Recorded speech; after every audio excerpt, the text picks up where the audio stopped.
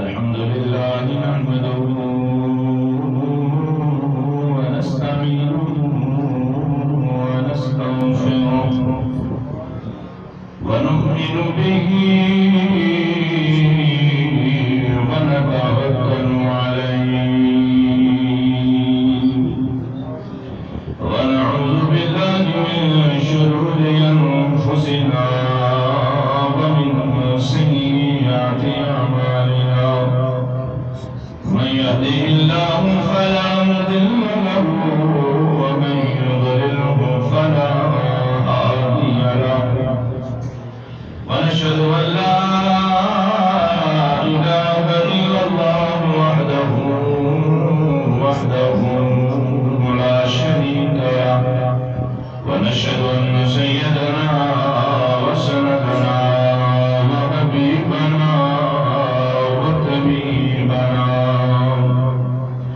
وطبيب قلوبنا وملجأنا ومولانا محمدا عبده ورسوله أما بعد فأعوذ بالله من الشيطان الرجيم بسم الله الرحمن الرحيم صبغة الله ومن أحسن من الله صبغة ونحن له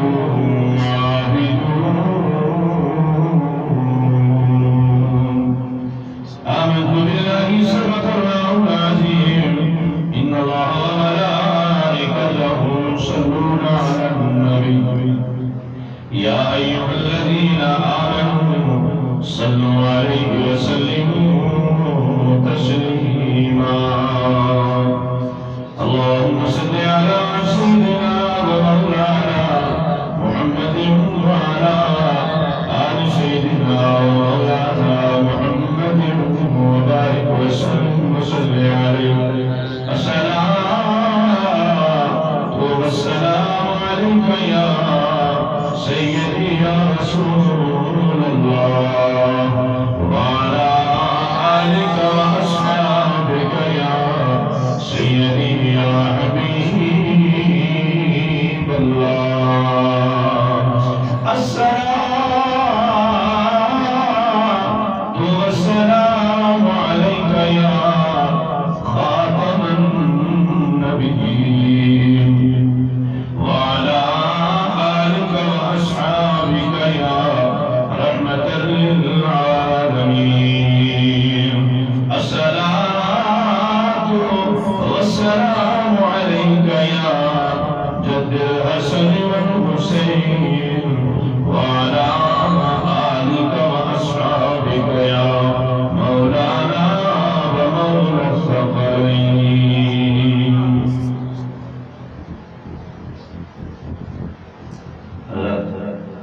حضور کی بارگاہ میں محبت عقیدت کے ساتھ درود شریف نذرانہ پیش کریں اس لیے کہ ربیع الاول کی آمد ہے یہ سفر کا آخری جمعہ ہے استقبال ربیع الاول ہے میرے اور آپ کے آقا صلی اللہ علیہ وسلم کی ولادت کا مہینہ آ رہا ہے درود شریف اس یقین کے ساتھ مل کر پڑھیں کہ میرے آقا صلی اللہ علیہ وسلم کی جو مبارک خوش ہو جائے کہ جس امت کے لیے ساری زندگی میں روتا رہا وہ صدیوں گزرنے کے بعد بھی 1400 صدیوں گزرنے کے بعد بھی میری آمد پر کس طرح خوشی کا اظہار کر رہے ہیں اس لیے کوئی زبان خاموش نہ رہے کیا پتا کسی کے لبوں سے نکلے ہوئے الفاظ اللہ اللہ کے رسول کی بارگاہ میں مقبول ہو جائے اور اللہ اسی سال مجھے اور آپ کو اپنے اور اپنے محبوب مدینے کا مسافر بنائے اس لیے محبت کے ساتھ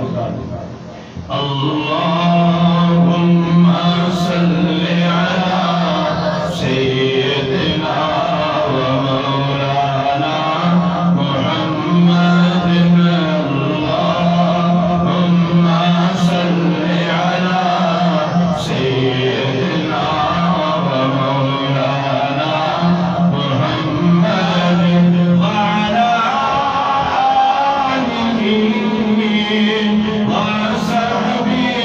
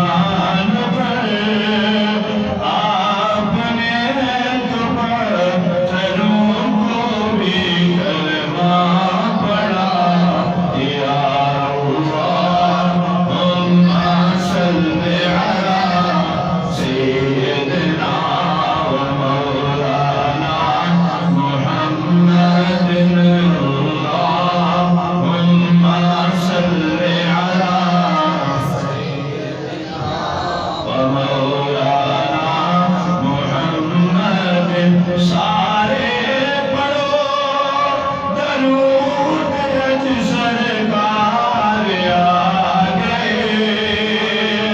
دنیا پہ دو جہان دے مختار آگے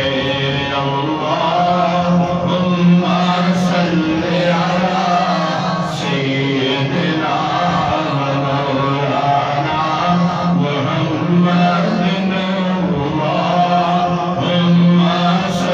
علی سیدنا مولانا محمد وعلی آلہ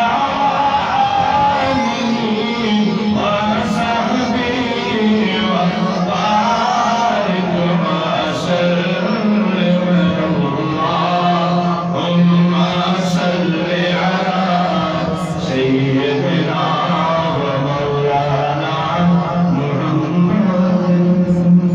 نعرہ تکبیر، نعرہ رسالہ، نعرہ حیدری، علماء سنہ۔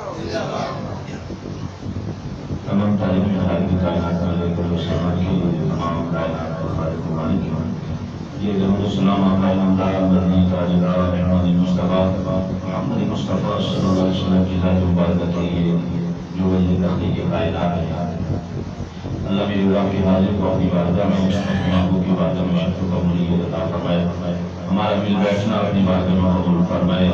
اس محبت عقیدت کے ساتھ آپ اللہ کے گھر میں آئے ہیں، جمعے کی خوبصورت گھڑیوں کے اندر مل کر حضور کی بارگاہ میں درود شریف کا نذرانہ پیش کیا ہے۔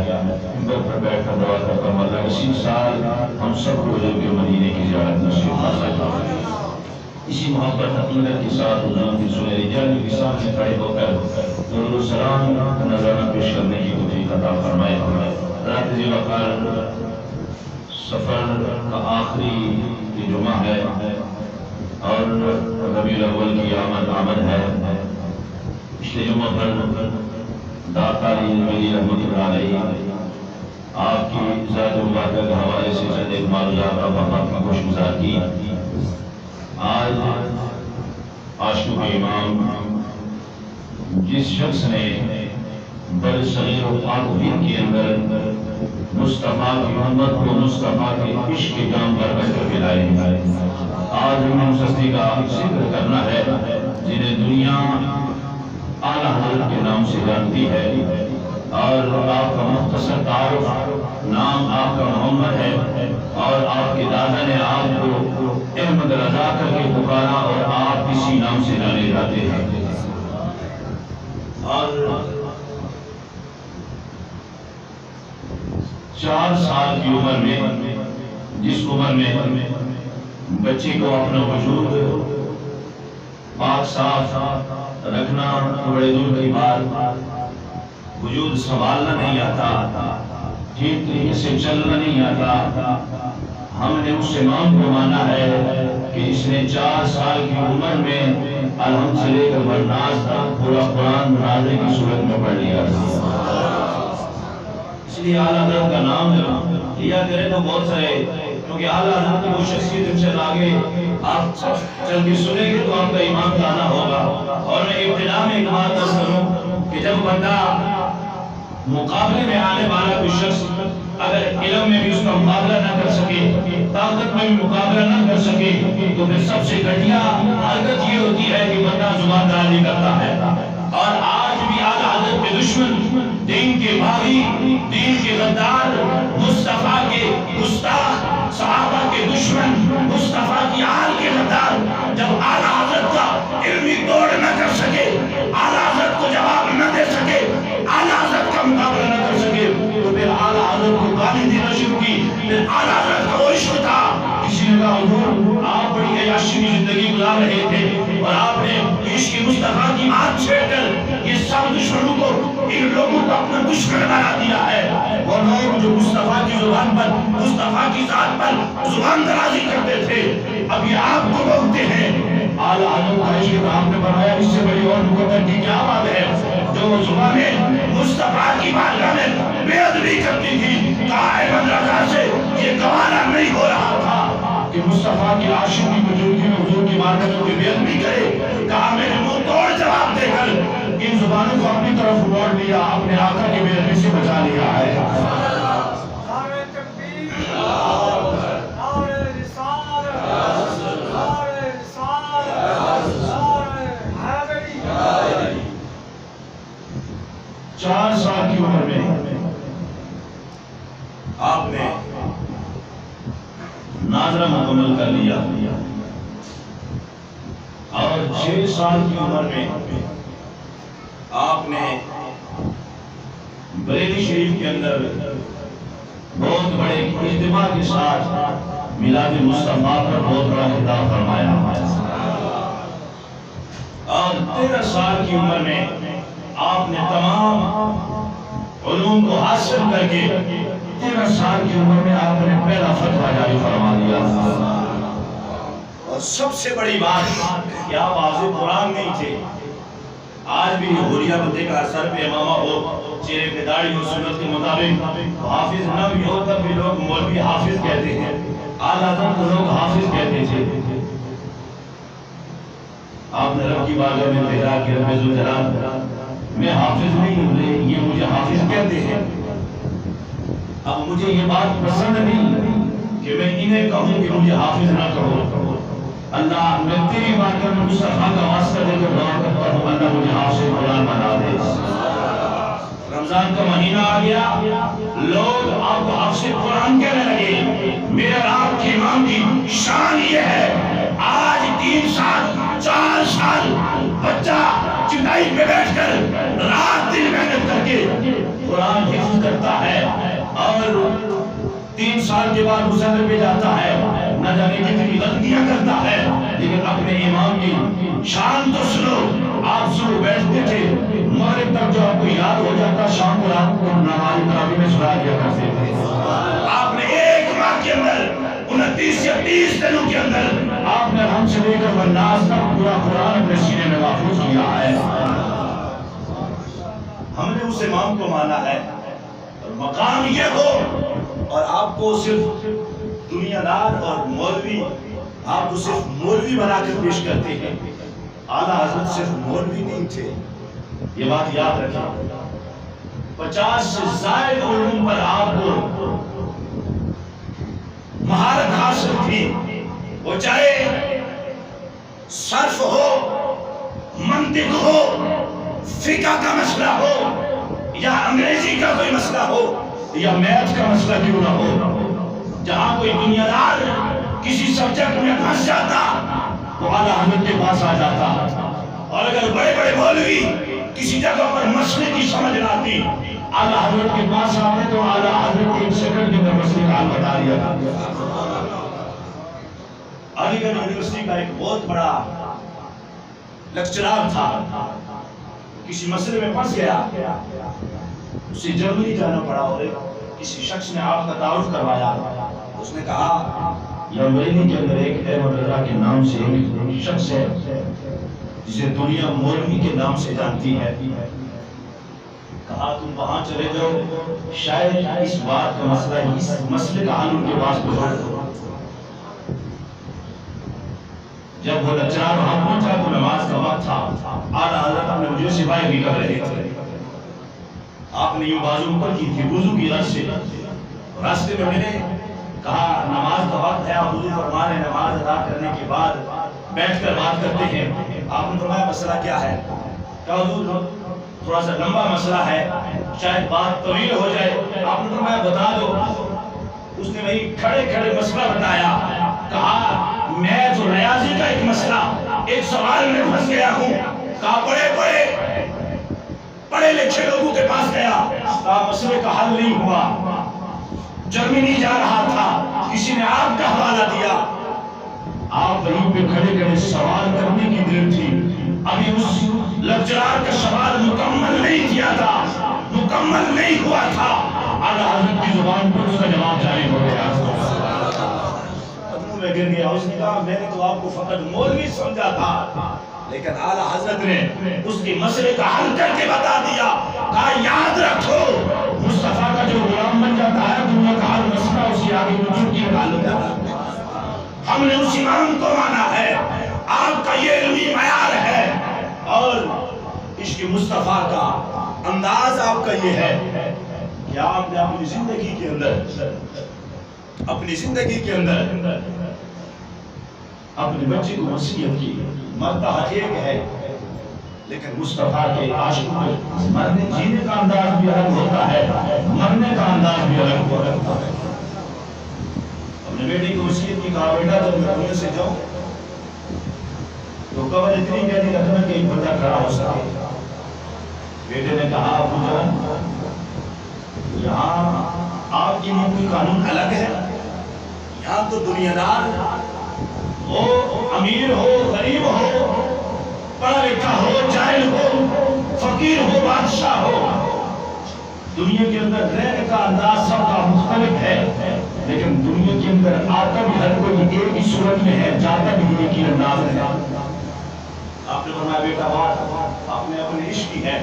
میں نے ساری زندگی مصطفیٰ کی امت کو مصطفیٰ کے عشق کی جام کر کے پھرائے تھے. ساری زندگی یہی پیغام دیا ہے کہ مرنا ہے تو قبر میں مصطفیٰ نے آنا ہے, مصطفیٰ نے جلوہ دکھانا ہے. کہا اتنی قبر گہری رکھنا, کھڑا ہو سکوں. وجہ پوچھی گئی, کہا اس لیے کہ جب احمد رضا کی قبر میں آمینہ کے لال تشریف لائیں تو احمد رضا بیٹھا نہ رہے, کھڑا ہو کر اپنے آقا کا استقبال کر سکے. کھڑا ہو کر اپنے آقا کا استقبال کر سکے. اور پھر آپ کا یہ علمی معیار تھا کہ آپ جب مکہ گئے, مکہ شریف گئے تو وہاں کے 17 علماء اعلیٰ حضرت کے نام سے تو واقف تھے اور اعلیٰ حضرت نے جو فتوے لگائے تھے مصطفیٰ کے عشق کے اندر, جب وہاں پر گئے تو انہوں نے گورنر سے یہ بات کہی.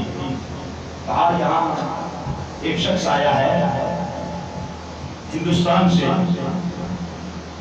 اور اس نے ہم پر کفر اور شرک کی فتوے لگائے ہیں, جس نے حضور کے علم غیب کے حوالے سے بات کی ہے. آپ کو دریافت کیا گیا, بلایا گیا, پوچھا گیا. آپ نے فرمایا احمد رضا کی کیا شیعہ ہے, احمد رضا کی کیا اوقات ہے وہ اپنی طرف سے کوئی بات کرے. کہا احمد رضا نے زبان جب بھی کھلی رب کے قرآن کے مطابق کھلی, قلم جب بھی اٹھا مصطفیٰ کی فرمان کے مطابق اٹھا ہے. کہا میں نے حضور کے علم غیب کی جو بات کی ہے وہ اپنی طرف سے نہیں کی, میں نے قرآن کی روشنی میں کی ہے, مصطفیٰ کے فرمان کے مطابق کی ہے. انہوں نے کہا ہندوستان کی زبان یہاں پر ہم نہیں سنتے, کہا ہمیں مطمئن کرنا ہے تو تحریری طور پر ہمیں اس بات کا جواب دیا جائے کہ تم کہتے ہو حضور کا علم غیب ہے, وہ اس چیز کے قائل نہیں تھے. انہوں نے جب اعلیٰ حضرت سے مخاطب ہو کر یہ بات کہی کہ ہمیں تحریری طور پر یہ بتایا جائے. اب کتابیں لکھنے والا بھی شخص جب لکھتا ہے نا تو ہزاروں کتابیں پاس رکھ کے حوالے دیکھ کے لکھتا ہے. اعلیٰ حضرت کو اللہ نے یہ شان عطا کی, مصطفیٰ کی بارگاہ میں جانا تھا, ساری زندگی مصطفیٰ کی عشق کی بات کی, پھر حضور کی علم غیب کی بات ہو اور اعلیٰ حضرت کو لٹایا جائے. آپ نے بتایا مجھے منظور ہے. آپ کو وقت دیا گیا, کہا اس پر ہمیں کتاب کی صورت میں جواب دیا جائے. آپ نے کاغذ اٹھایا اور قلم اٹھایا اور بیٹھ گئے لکھنے بیٹھ گئے. 100 سے 130 سے زائد کتابوں کے حوالے اعلیٰ حضرت کے لیے. حوالہ غلط ہوا تو دور کی بات, صفحہ اور پیج بھی غلط نہیں تھا جو اعلیٰ حضرت نے حوالہ دیا ہے. 103 سے زائد کتابوں کے حوالے دے کر ایک کتاب کی شکل میں اعلیٰ حضرت نے جواب دیا. جب مکہ کے گورنر نے کھول کر پڑھا, کتابوں کو دیکھا, انہوں نے کہا یہاں تو لائبریری تھی, یہاں بیٹھ کر جس شخص کو اللہ نے اتنا علم عطا کیا, اتنا حافظہ عطا کیا کہ مکہ کے گورنر نے سین کر کے کہا اس کی فکر کے ساتھ میں بھی اتفاق کرتا ہوں. مکہ کے صدر علماء نے اس پر سائن کیے ہیں کہ جو تحریر اعلیٰ حضرت نے لکھی ہے یہ صحیح لکھی ہے اور یہی شان میرے اور آپ کے آقا کو اللہ نے عطا کی ہے. اور پھر یہاں سے میرے اور آپ کے آقا جب حضور کے مدینے میں گئے ساری زندگی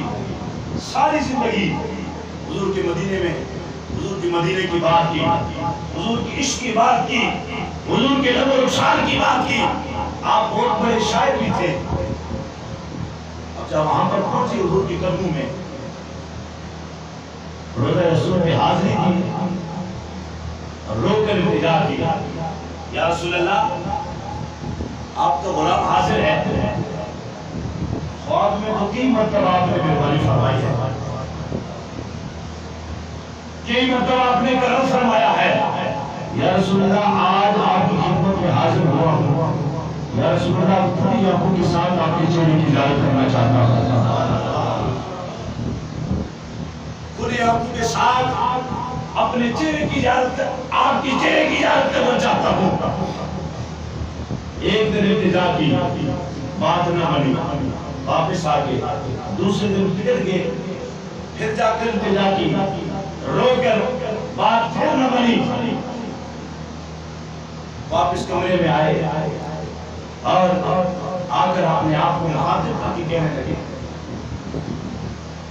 اے مولانا میری اتنی اوقات ہے, وہ تو نے ساری زندگی مصطفیٰ کی عشق پہ بات کی ہے, لیکن چھوٹا منہ بڑی بات, اتنی بڑی بات کا میں آ کر تو نے اتنا بڑا سوال کر دیا. تیرا منہ اس قابل ہے. اپنے آپ کو مخاطب کر کے کہنے لگے, جو آقا اپنی امت کے لیے روئے وہ اپنے عاشق کا رونا اور تڑپنا کب برداشت کر سکتے. لیکن ایک مقام ہوتا ہے, ایک امتحان ہوتا ہے. شاید کہ اعلیٰ حضرت کا امتحان عشق کا امتحان تھا. اعلیٰ حضرت تیسرے دن جب روضہ رسول پر گئے, وہاں جب پہنچے فریاد کی, رو کر آنسو بہائے.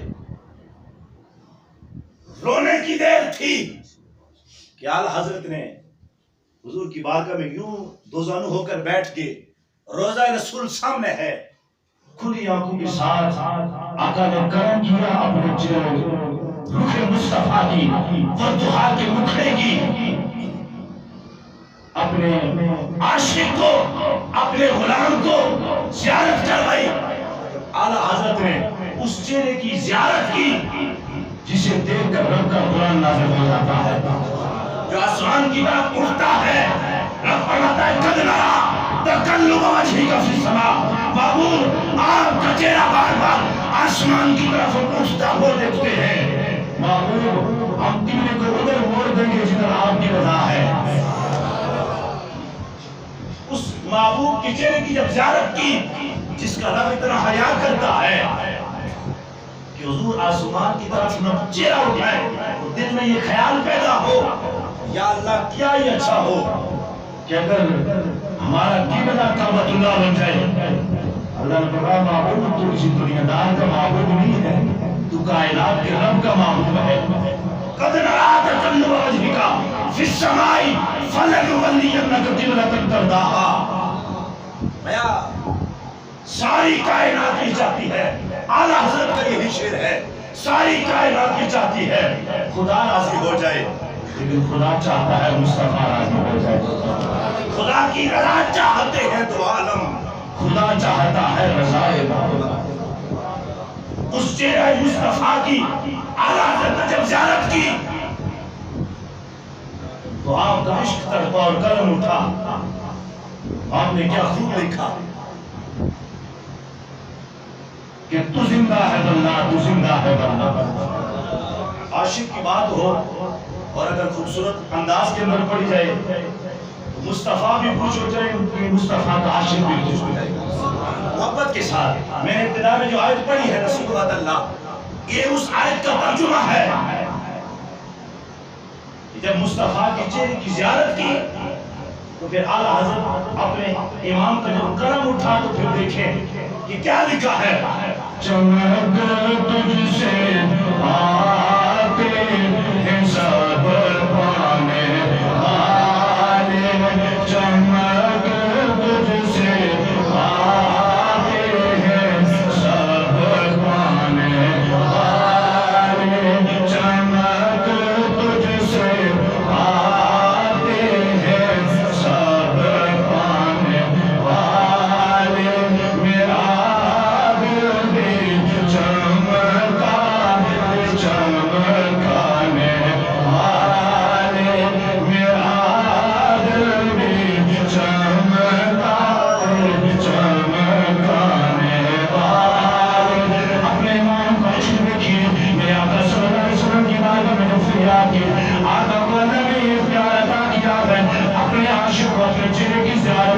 عاشق کا کرم تھا اور پھر کیا کہنے لگا، تو زندہ ہے واللہ، تو زندہ ہے واللہ، تو زندہ ہے واللہ، تو زندہ ہے واللہ، میری چشم عالم سے چھپ جانے والے، تو زندہ ہے واللہ، تو زندہ ہے واللہ، میری چشم عالم سے چھپ جانے والے۔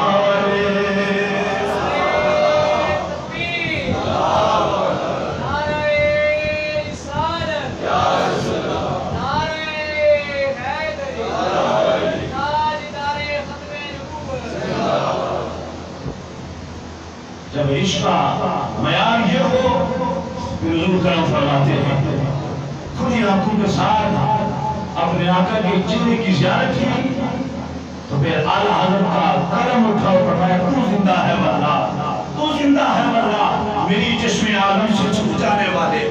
یا رسول اللہ، آپ زندہ ہیں، آپ زندہ ہیں۔ اگر کوئی نہیں دیکھ سکتا تو یا رسول اللہ اس کی آنکھ کا مسئلہ ہے، لیکن آپ حقیقت میں زندہ ہیں۔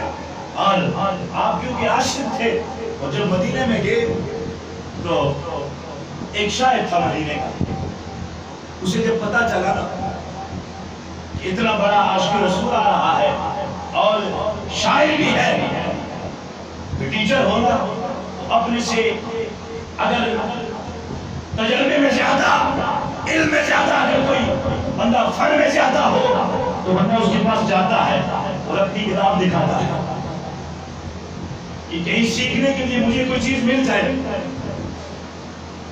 وہ شاعر تھا، اس نے ایک شعر لکھا حضور کی بارگاہ میں، حضور کا نام یہاں پر موجود ہے۔ اب تو ہر سال کے بعد اگر جائیں تو وہاں کا نقشہ چینج ہوتا ہے، لیکن اس دور کے اندر حضور کے گنبد خزا کے سامنے دو کھجور کے یوں درخت تھے، یوں حضور کے روزے کی طرف جھکے ہوئے تھے، اور شاعر کا انداز کچھ آشکارا ہوتا ہے، وہ کسی منظر کو دیکھتا ہے، کوئی صورت اچھی لگ جائے، کوئی منظر اچھا لگ جائے تو اس کی منظر کشی کر لیتا ہے۔ اس شاعر نے ایک شعر لکھا، جب اعلیٰ حضرت گئے تو اس نے اعلیٰ حضرت کو سبق کے طور پہ وہ شعر سنانے کے لیے دیا کہ حضور سنا ہے کہ آپ شاعری کرتے ہیں، حضور کا عشق کرتے ہیں، تو میں نے بھی تھوڑی سی کوشش کی ہے، میں نے حضور کے گنبد خزا کے سامنے جو درخت ہیں اس کی منظر کشی کی ہے کہ کھڑے ہیں درخت شاہ بالا کے سامنے،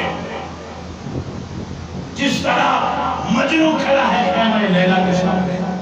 اس مدینے کا جو شاعر تھا اس نے یہ شعر لکھا کہ کھڑے ہیں درخت شاہ بالا کے سامنے، مجنوں کھڑا ہے خیمہ لیلا کے سامنے۔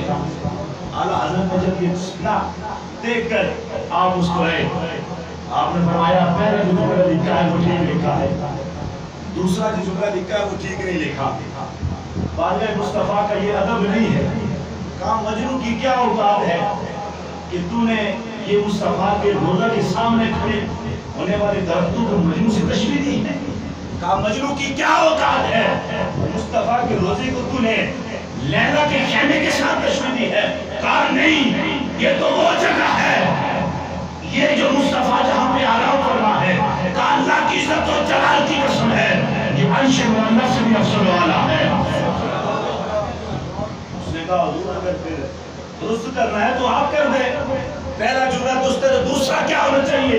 آپ نے فرمایا مصطفیٰ کی بارگاہ کی شان یہ ہے، یوں لکھو کہ کھڑے ہیں درخت شاہ والا کے سامنے، قدسی کھڑے ہیں عرش معلا کے سامنے۔ یوں لکھو کہ یہ درخت یوں کھڑے ہیں جس طرح عرش معلا کے سامنے فرشتے کھڑے ہیں۔ یہ شان ہے۔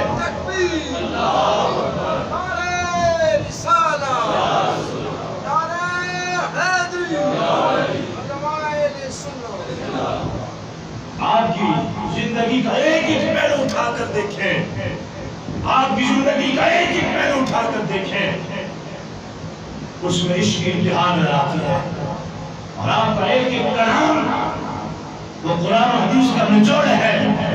آپ نے ہزاروں کلام لکھے، لیکن آپ نے ساری زندگی مصطفیٰ کی غلامی کر کے حاصل کلام جو شیر امت کو دیا کہ انہیں جانا، انہیں مانا، نہ رکھا غیر سے کام، للہ الحمد کے میں دنیا سے مسلمان گیا۔